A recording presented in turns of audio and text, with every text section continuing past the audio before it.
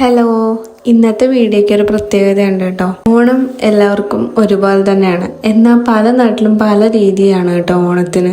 ഞങ്ങളുടെ നാട്ടിലെ രീതി എന്താണെന്ന് വെച്ച് കഴിഞ്ഞാൽ ഓരോ ദിവസവും ഓരോ നിറത്തിലാണ് അത്തം ഇടുന്നത്.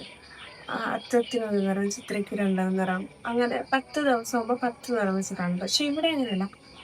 അത്തത്തിൽ നിന്ന് തന്നെ ഒരുപാട് നിറങ്ങൾ വെച്ചിട്ട് പൂക്കളം ഇടാറുണ്ട് കേട്ടോ. ഇന്നത്തെ ദിവസം എന്താണെന്ന് വെച്ച് കഴിഞ്ഞാൽ മൂലമാണ്.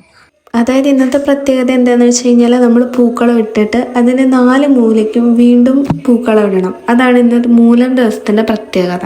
അപ്പോൾ ഇന്ന് പൂരാടമാണ്. അപ്പോൾ പൂരാടത്തിന് എന്താണെന്ന് വെച്ച് കഴിഞ്ഞാൽ ഇങ്ങനെയാണ് അത്തപ്പൂക്കളം ഇടുന്നത്. 1, 2, 3, അതായത് ഗേറ്റിൻ്റെ അടുത്ത് വരെ നമ്മൾ പൂക്കളം ഇടണം. ഇതിപ്പം ഏത് വീട്ടിൽ നോക്കിക്കഴിഞ്ഞാലും ഇങ്ങനെ തന്നെയാണ് കേട്ടോ കാണുന്നത്. അപ്പോൾ പിന്നെ ഉത്രാടത്തിൻ്റെ പ്രത്യേകത എന്താണെന്ന് നിങ്ങൾക്ക് പറയണ്ടല്ലോ, മനസ്സിലായി കാണുമല്ലോ. ഗേറ്റിന് പുറത്തും അത്തപ്പൂക്കളം ഇടും. മൂലം, പൂരാടം, ഉത്രാടം, ഈ 3 ദിവസവും എനിക്കിവിടെ ഭയങ്കര പ്രത്യേകതയായിട്ടാണ് തോന്നിയത് കേട്ടോ. പക്ഷെ അത് മാത്രമല്ല, തിരുവോണത്തിനൊന്നും പ്രത്യേകതയുണ്ട്. എല്ലാ വീടുകളിലും ഇത് തന്നെയാണ് കേട്ടോ.